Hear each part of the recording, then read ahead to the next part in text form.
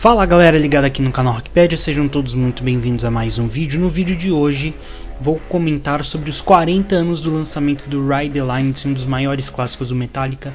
Mas antes de começar a tratar desse assunto, eu peço para que você se inscreva no canal se aqui não for inscrito ainda, deixe seu like, ative as notificações de vídeo e na descrição desse vídeo terão as outras redes sociais do canal, quem puder siga lá, que isso já ajuda demais, tá bom pessoal?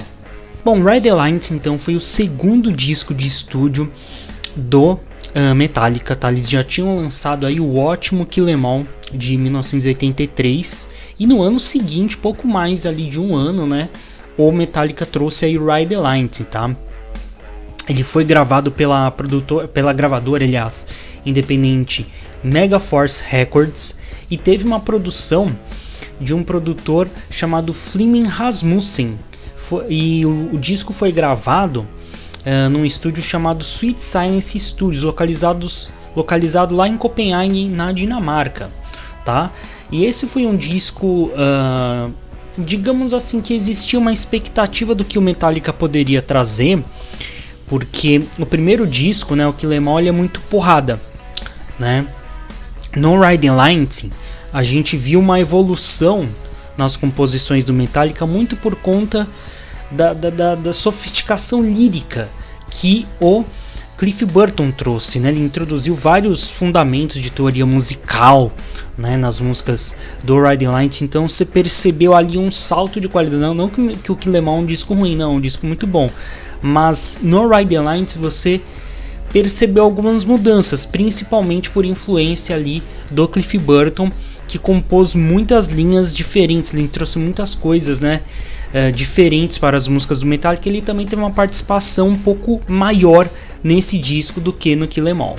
E nessa época, então, pessoal, o Metallica eles não tinham muito dinheiro, tá? Para vocês terem uma ideia, eles se hospedavam na casa dos fãs, eles faziam uma refeição por dia, né? Então eles se hospedavam na casa dos fãs para tocarem em bares ali pelos Estados Unidos, para eles irem promovendo ali o som deles, né? E você vê a proporção que o Metallica se tornou hoje, uma coisa sensacional. E olha que coisa, né? Além dessa falta de grana que eles tinham, poucas semanas antes deles começarem a gravar Ride the Lightning, o equipamento da banda foi roubado lá em Boston. Essa história eu já tinha ouvido falar, né? Já sabia dessa história. E quem emprestou o equipamento para a banda tocar foi o Anthrax, né? Então, se não fosse meio que o Anthrax ali, de repente nem teríamos o Ride the Lightning, né? E cara, nessa época também a banda alugou uma casa uma casa que foi chamada, né, de Mansão Metallica, foi em El Cerrito, na Califórnia. E essa casa alugada ali ficou conhecida como a Mansão Metallica. E nessa época o James Hetfield ele ainda não estava habituado em fazer vocais e tocar guitarra, ele ainda estava sentindo muita dificuldade de fazer essas duas funções na banda. Tanto é que na época eles chegaram até a oferecer uma vaga de vocalista para o Josh Bush do Armored Saint, que é uma outra banda. Ele tem uma pegada um pouco trash, também é uma banda muito boa inclusive, e ele acabou recusando essa oferta porque naquela época o Armored Saint estava indo bem. Imagina se ele aceitasse essa proposta, talvez não teríamos ali o James Hetfield como vocal do Metallica. E nesse disco também contou com algumas participações, seja em composições do Dave Mustaine. Foi mais ou menos nessa época ali que o Dave Mustaine acabou sendo chutado, né, vamos dizer assim, mandado embora ali do Metallica, e entrou ali o Kirk Hammett, que também teve um espaço até que bom nesse disco, né?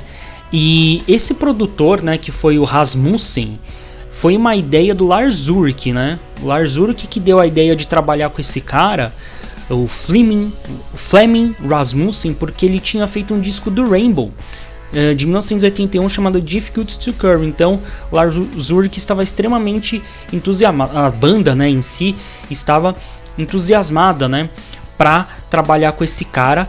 Principalmente, né, o Lars Ulrich, que viu o trabalho que ele fez ali com o Rainbow, gostou demais, fez essa sugestão para a banda até que concordou com isso e ele conseguiu extrair muita coisa desse disco e se tornou um dos maiores discos da história ali do Metallica. E agora eu vou trazer para vocês então a ideia da capa, né? A ideia da capa foi tirada de um romance do Stephen King chamado The Stand. Tá? Stephen King, que já fez vários livros ali da temática terror, né? Acho que a maioria das pessoas conhece. E quem trouxe essa ideia foi o Kirk Hammett, né? O Kirk Hammett também, ele entrou no Metallica e já teve uma posição de destaque ali, participando de muitas coisas dentro da banda. E tratando aqui do setlist, galera, de todas as músicas, né? A maioria foi escrita pelo James Hetfield ali, com participações do Lars Ulrich e do Cliff Burton. Algumas tiveram a participação do Kirk Hammett, né? Como por exemplo, Trapped Under Ice, Escape e Creeping Death, né? Mas a maioria ali foi o James Hetfield, o Lars Ulrich e o Cliff Burton, tá? E aqui, galera, são 8 faixas. Dessas 8, posso citar aqui, cara, pelo menos 6 dessas músicas eu gosto muito, né? Fire Fire, Ride the Lines, For Whom the Bell Tolls, Fade to Black, Creeping Death e The Call of Cthulhu, né? Que é aquela instrumental ali, que essa foi a única... Não, teve 2 músicas na verdade nesse disco que tiveram participação do Dave Mustaine. Foi essa instrumental que eu falei pra vocês, a The Call of Cthulhu. Eu não sei pronunciar direito, não sei se é Cthulhu ou Unlu, enfim.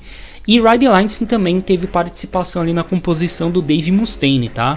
E foi um disco que realmente colocou Metallica como uma das principais bandas de heavy metal da era moderna. Heavy metal não era tão conhecido assim, apesar que teve ali Black Sabbath, Dio antes do Metallica, né?